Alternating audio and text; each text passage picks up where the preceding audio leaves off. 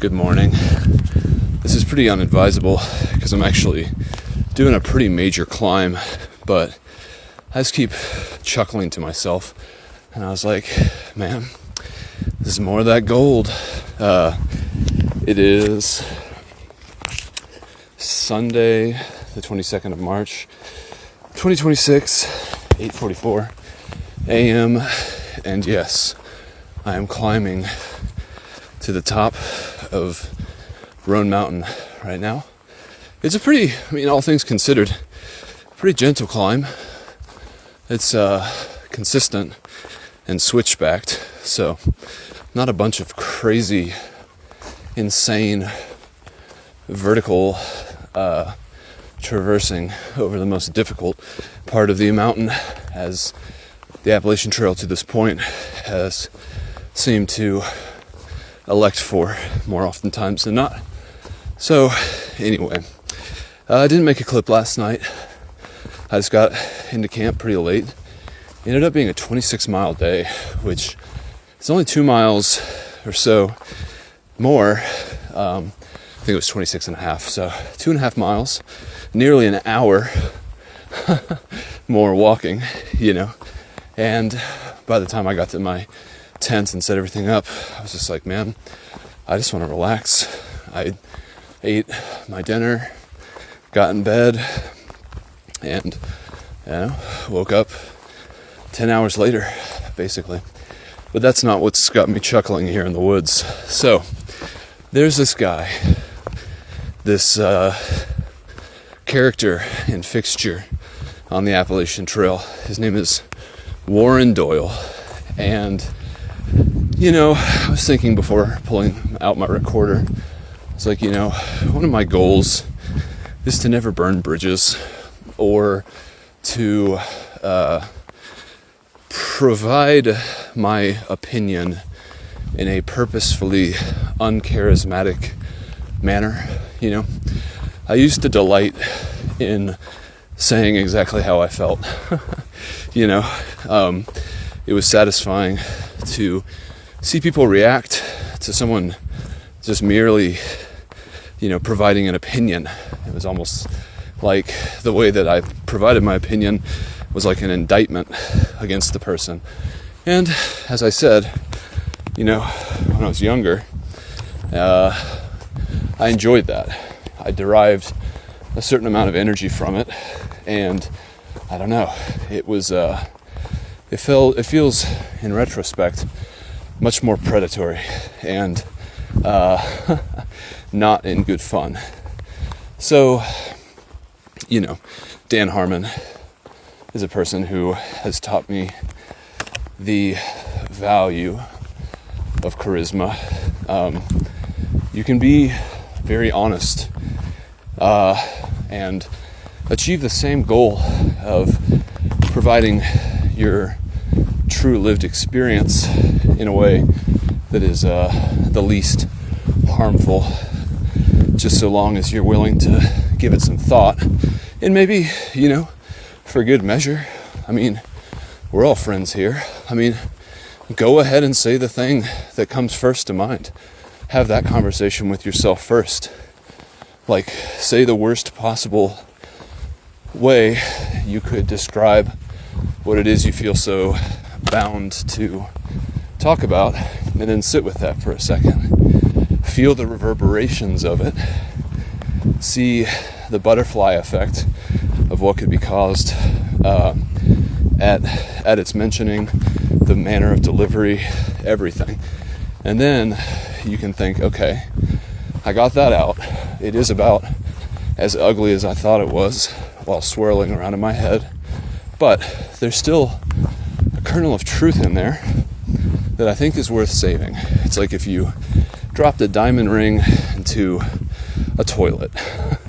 Let's say the toilet's been recently used, and let's say there's some other competing things within the toilet that you might have to brush aside in order to get to the ring.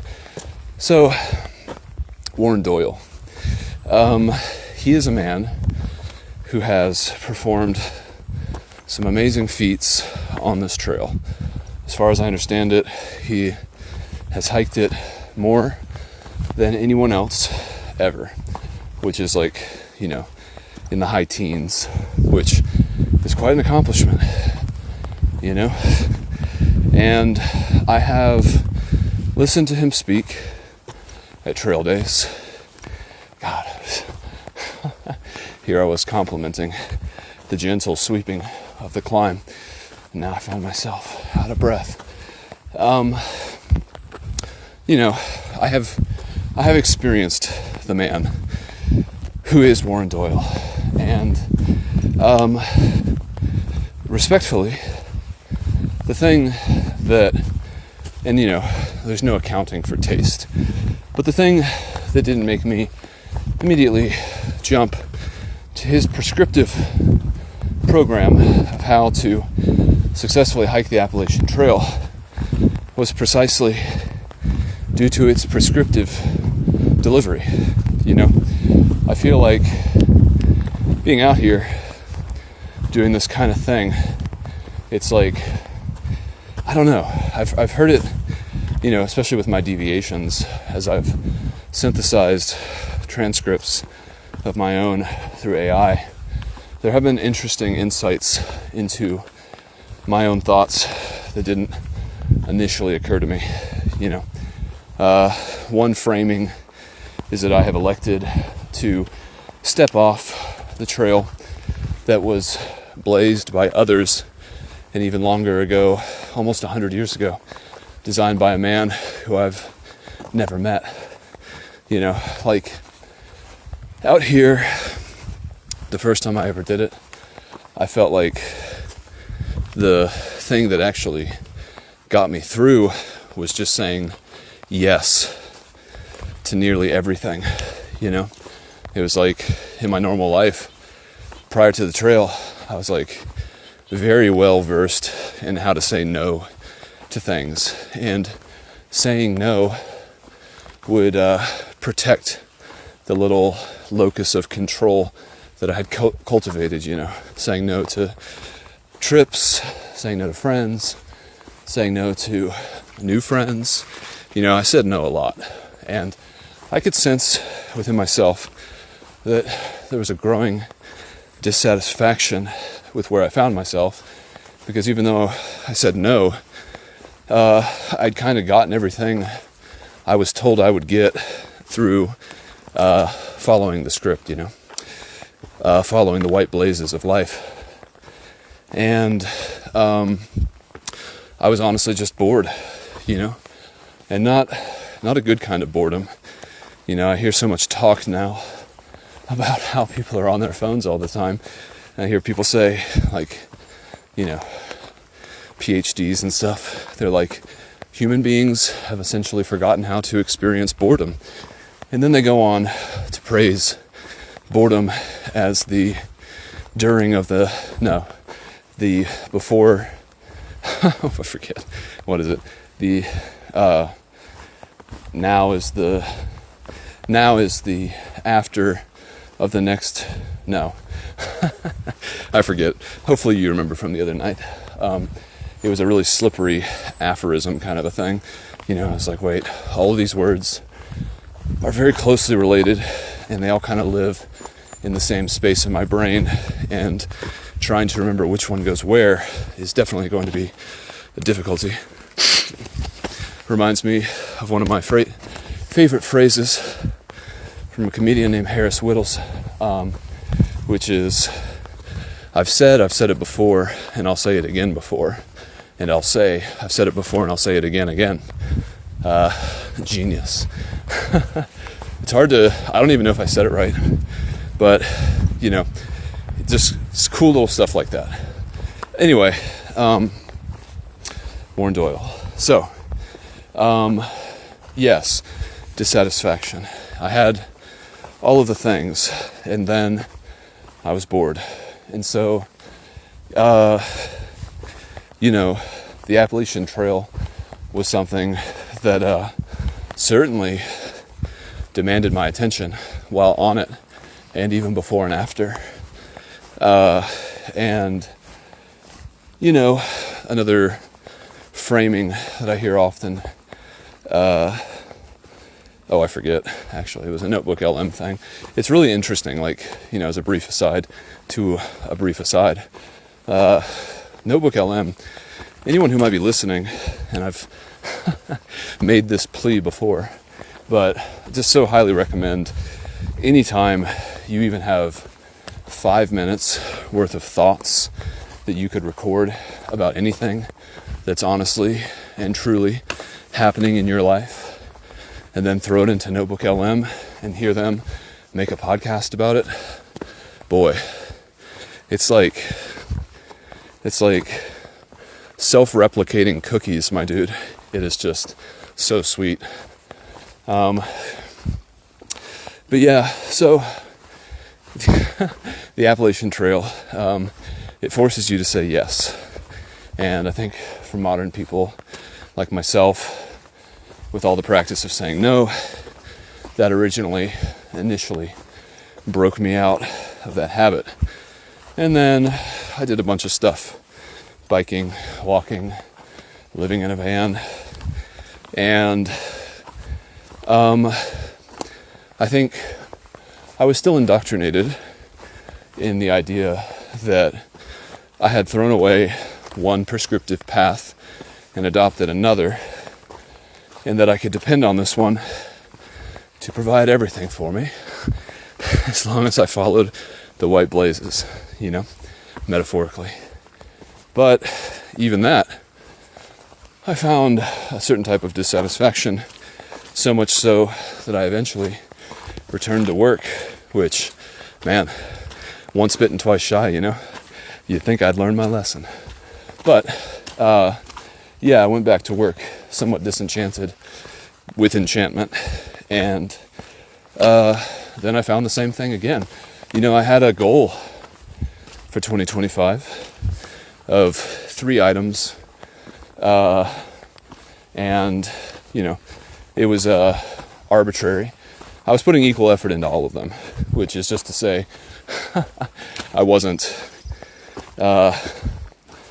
pursuing any of the opportunities that arose in an honest fashion as much as I could. So I wanted to focus on my career in 2025, see what I could do, see what that would mean.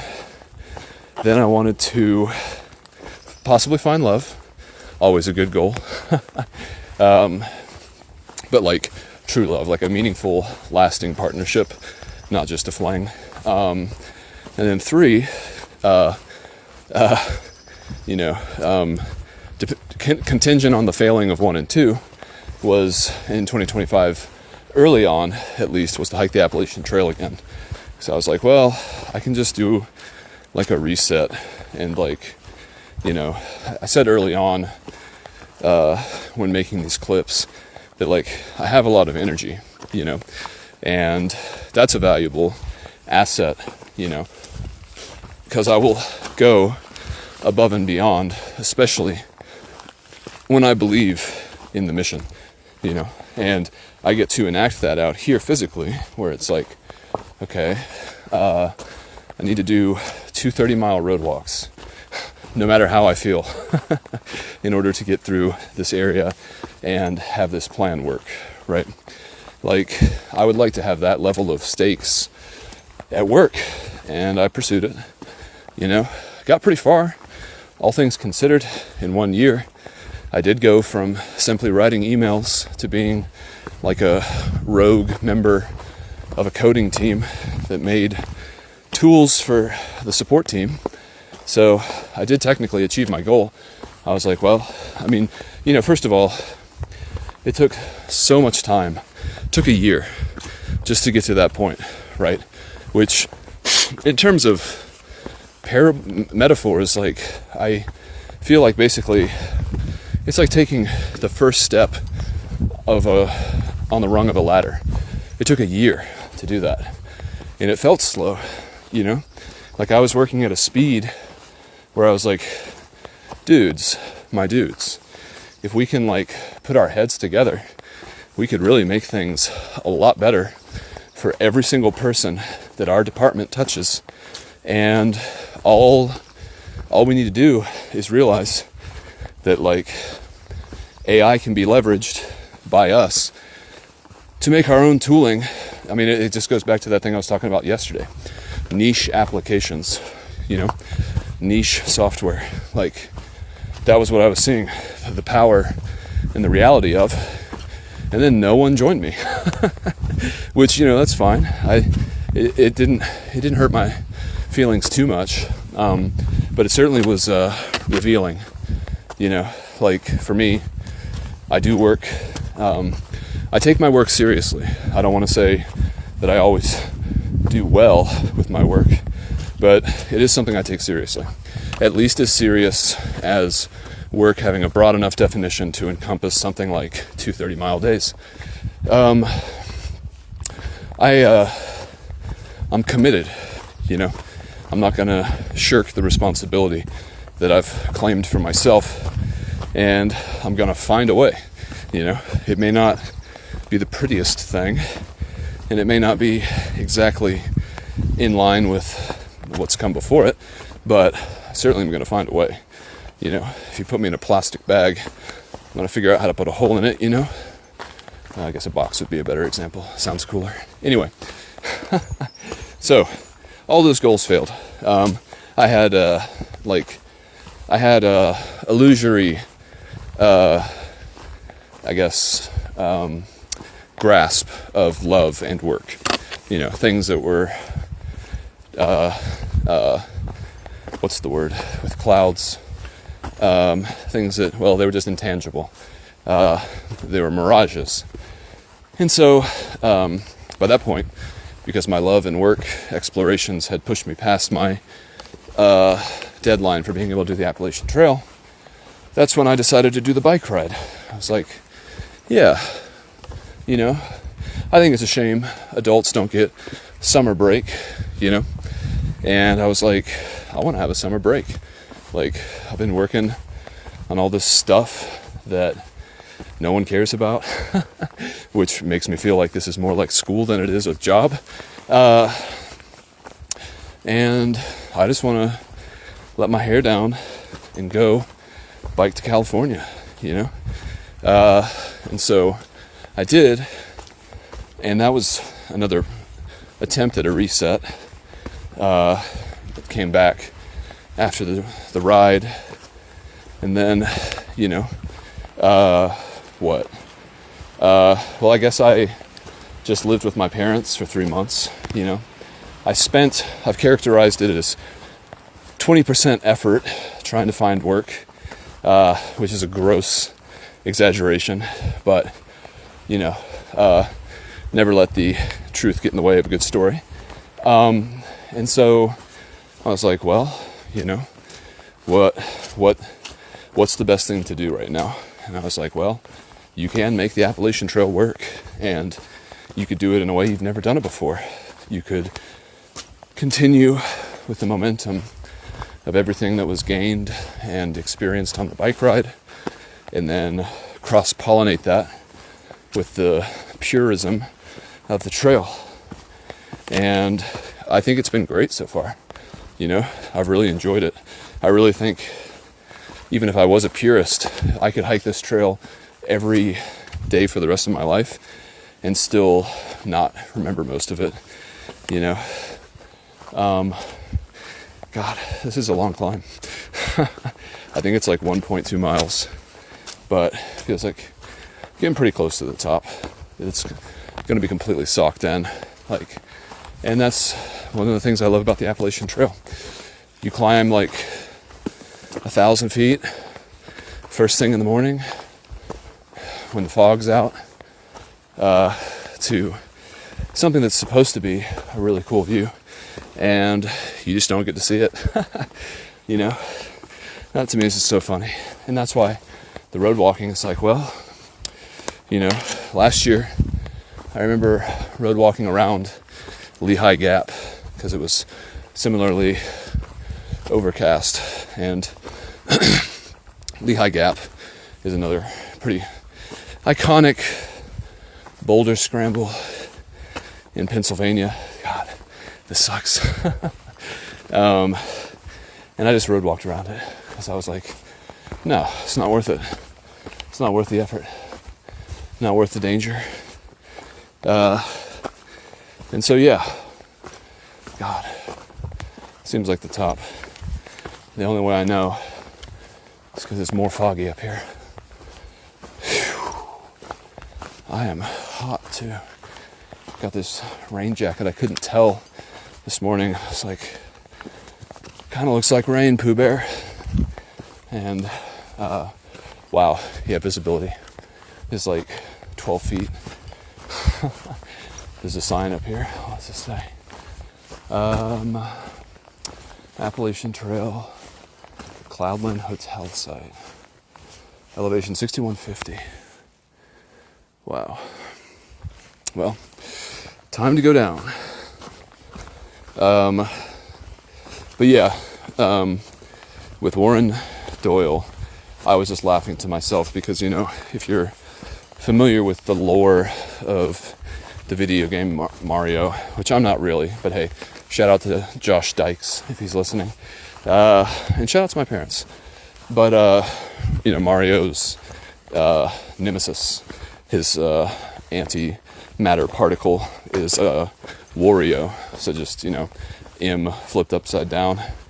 And so I was thinking about my trail name, and, you know, a lot of people don't like to call me moron. They're like, oh, I wish I could call you something else. And even Fresh Grounds was like, I'm gonna call you something else. And I was like, I will answer to that, especially if you're cooking me some food, my dude. But yeah, so as far as trail names go, I was like, well, I might actually accept a different one, but it would be Doran Boyle. Doran Boyle. I just think that's so funny. I mean, it's like, it's such inside baseball humor that I can't even imagine anyone finding as much pleasure as I did when I first thought it to myself. Doran Boyle. But, you know, that's fair enough. I really am just trying to save my thoughts in a place where I can review them 10 years from now, you know? So I'm not really saying anything except to my future self. That's truly how I feel about it.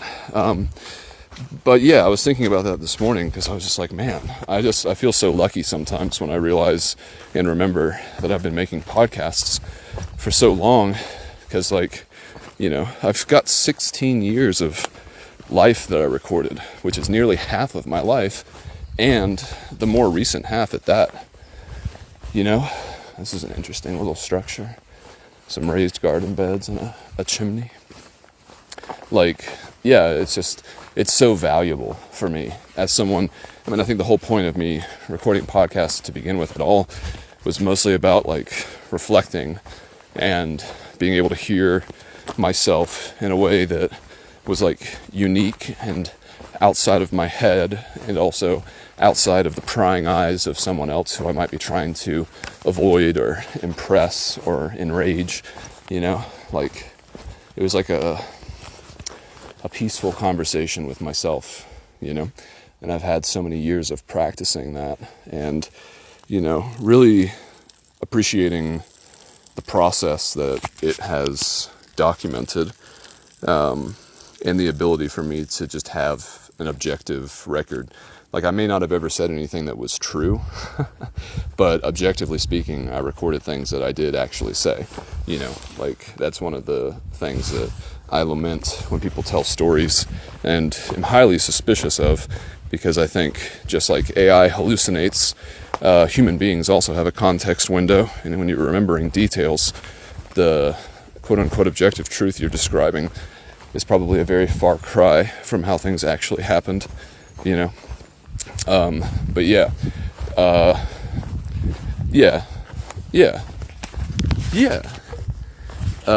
had a couple things written down, but I also guess I could probably talk about the rest of my day yesterday, which I should. So yesterday, after making the clip, I spent a really long time. There was a reroute that had been created due to very, very extensive Hurricane Helene damage. Like, there was probably like I don't even know how many miles of trail yesterday that were just like so many blowdowns and just trees ripped out of the ground with their root, what do they call that, their root ball. The whole root ball is just like ripped out of trees that are like, they look like they could be like 100 years old and stuff. And the reroute, by and large, I really, really liked, because it took a bunch of Forest Service roads that were relatively level and relatively easy to walk on. And that does remind me I need to be on the lookout, because I'm going to be getting off trail here in a second. But it's probably not yet. Is it? Is it yet? Oh, it is yet. I hear the road too. Yeah, I definitely want to get off here. That reroute, at the end of it, well, first of all, I think it was obviously about 2 miles longer than it was quote-unquote supposed to be, or alleged to be. Here's the road. Beautiful. Oh, I love the road. And boy, there's nothing that makes me love the road more than the trail, and there's nothing that makes me love the trail more than the road. That's a pretty picture. Now, I do believe I go left, but let's just confirm that. Yeah, that looks right. Now, this is living, my dude. Wow, this is so nice. This is so nice. The trail was brutal yesterday. I think it was 7,000 feet of climbing. And again, 2.5 miles or so longer than I expected, which meant that I stopped like an hour later than my preference. I've got like this general idea where, 20 miles a day or stopping at 6 p.m., whichever kind of comes first, or whatever's most convenient. You can't do that every single day, but that's the general thing. But yeah, getting done at like 7, I was just like, damn. But yes, lots of blowdowns. The reroute was cool. Walked on the roads a couple of times. What else? I met this guy who I've run into now twice, and I think I neglected to give him a shout out the first time. But shout out to Blaze and his crew. This is a guy who I've seen now on 2 occasions, and he has a lot of energy, and I always appreciate the 2 times I've seen him, knowing that I'm about to get like a real tangible boost of like morale. Like, he's infectiously positive. Like, I've seen him belly laugh every time I've met him, and I'm just like, damn, like that's the kind of laughter like everyone chases, that feeling of like when you were in your teens and like one of your friends did something that was so funny that like you couldn't breathe and you were crying and stuff like that. That kind of laughter. Like, he didn't get exactly to that level, but it sounded bellowing, and just so gleeful and, again, infectious. And so ran into him, had a nice little talk, told him about my tattoos, and then pressed on. What else even happened, my dude? I don't know. Let's see if I wrote anything down. I don't think I did, for that part anyway. Oh, yeah. Okay, something did happen. So I should say, once the reroute actually ended, it took you obviously back to the original trail, and that was like the first water source, the first official water source. There had been actually water pretty much the entire time walking on the road for the reroute, but the first official water source on trail, which has like, reliable comments about the status of it and like the purity of it and that kind of a thing. And let me just make sure real quick. I just got paranoid that something bad could happen and I might miss something, but I don't think it's possible. Nah. But yeah, I had lunch for an hour yesterday at this really awesome spot. I'll make the album art for this clip, the spot where I had lunch. It was like a very I assumed that it was the workers who had been doing all of the stuff to clear the blowdowns off of the trail, that had constructed like this really nice fire pit with like benches that had been cut very roughly out of wood using chainsaws. And that's another thing too.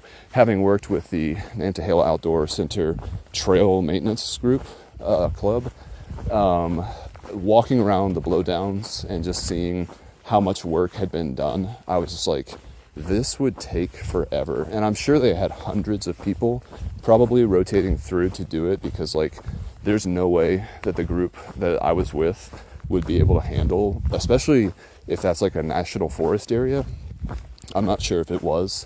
I would hope that, things being arbitrary again, shout out to my sister, I would hope that they could like pause the regulations of like national forest areas in order to clear things like those blowdowns, because there were just hundreds and hundreds of them, and the idea of having to use like a manual cross saw to just push back and forth to cut through like a 60-inch tree stump, and not even just do it once, but to have to do it multiple times so that you could just cut a sliver out in order to move it off the trail.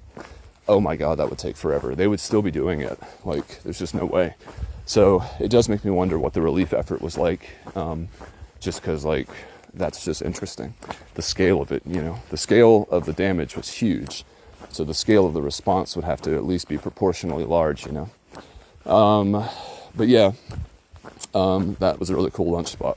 And then I got to camp finally at 7 o'clock, as I have complained about multiple times. And there were a couple of people at the campsite that I was at, which I was surprised by. Other thru hikers, but generally speaking, still just like surprised that any other people would be there, just because it was, just in my mind, a very random spot. But I guess not so random, because it wasn't one of the commented stealth spots. It was something that actually appeared on the map.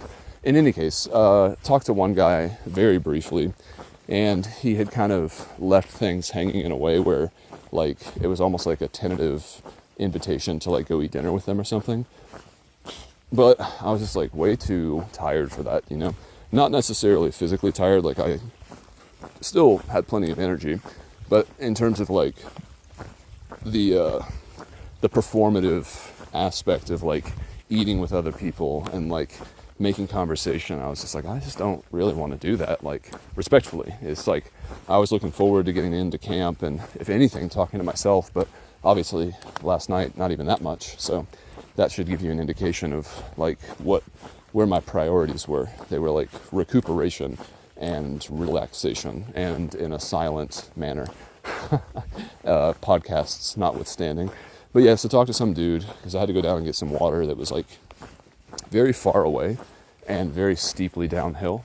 Like, far away, like it might have been like 0.3 out and back to get the water, which is like, at the end of the day, a long distance, especially when it's just a vertical, like, tip into a chasm, basically. That's some nice looking water.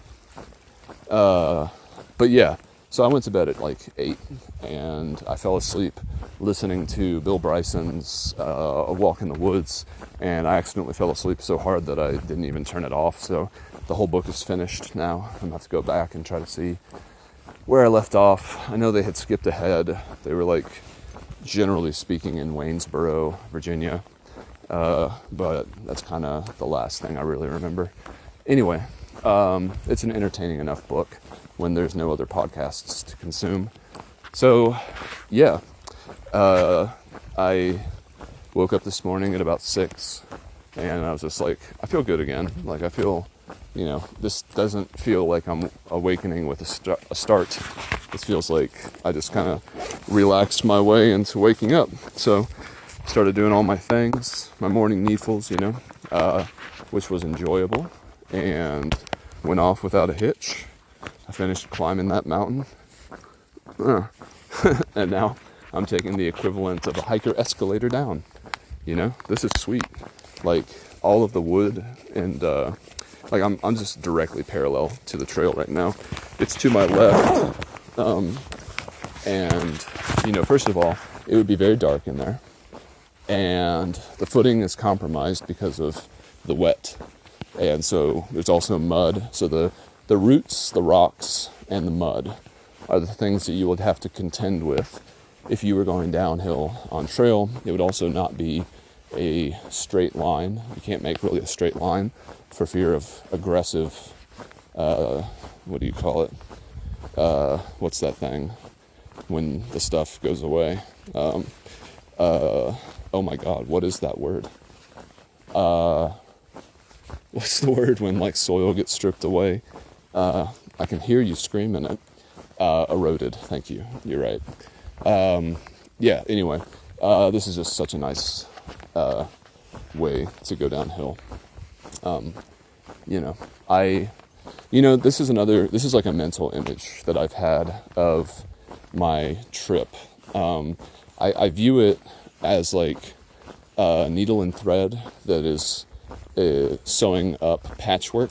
Like in my head I see like one left side square, and like that's the Appalachian Trail. So let's make it even like a white blaze basically.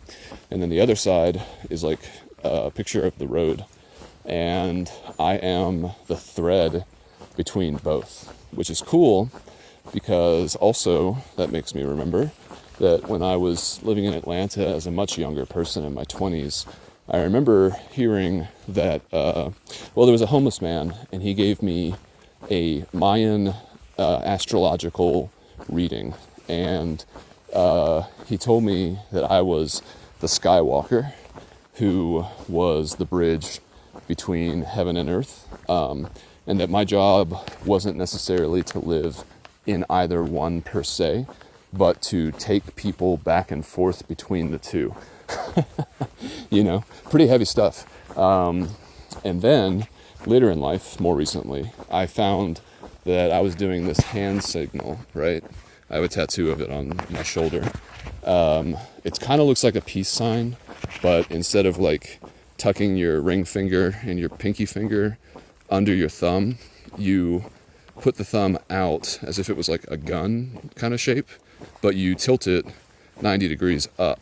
And, I knew this was a symbol that just kind of arrived and arose naturally in my usage from biking. I would present it to people really in my thought behind it was like basically saying thank you for not killing me, because whether malicious or not, I would make eye contact with somebody, as I would very, very often do while biking, and still do indeed. And just like making that, knowing that there was recognition and acknowledgement made me feel a lot safer every single time, And so waving to people in this manner, I was thanking them for not killing me. It's a hyperbolic way of just being very specifically thankful.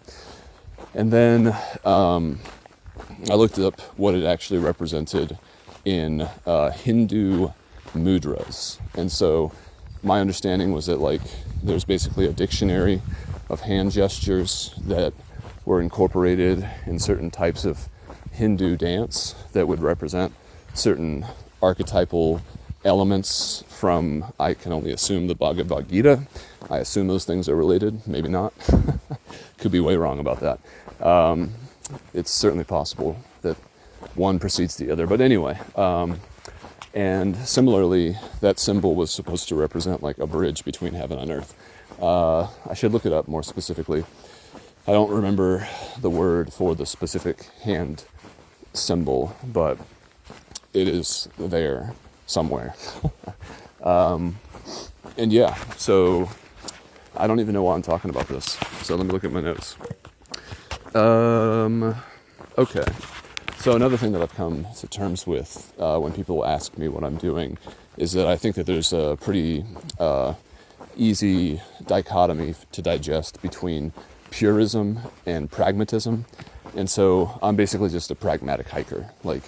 I don't really want to call it hybrid because that just sounds lame to me. It makes me think of hybrid bicycles, which are like a neutered version of both a mountain bike and a road bike. It's like riding a unicycle. There you go. That's a little pun for the morning. Unicycle. I got so distracted by the reverie of that pun.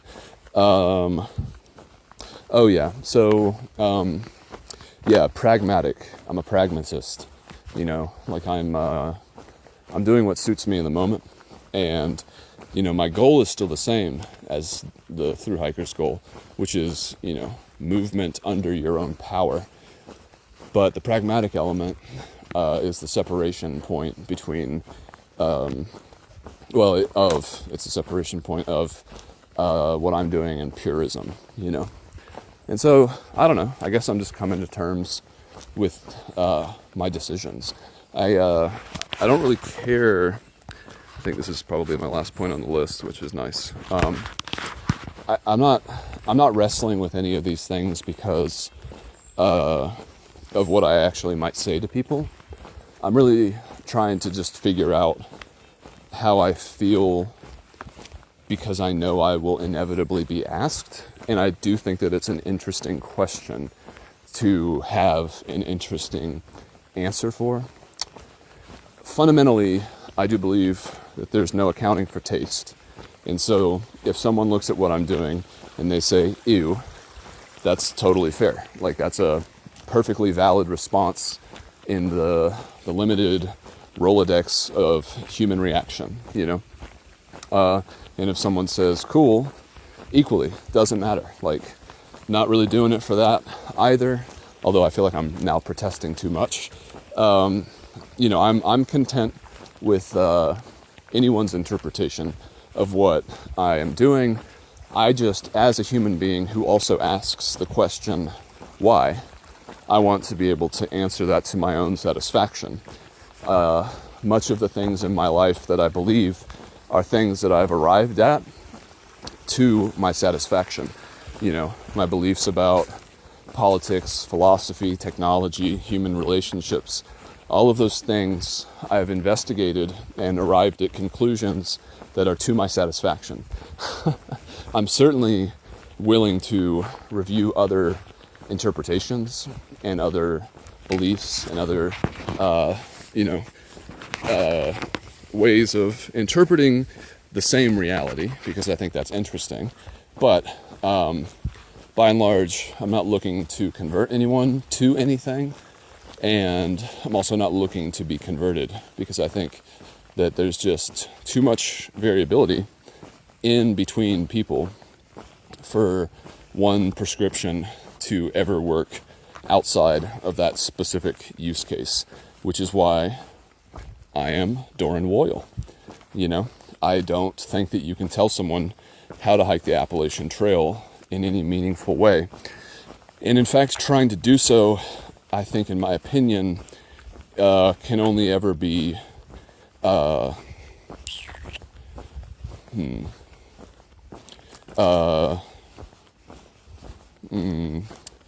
don't want to say bankrupting.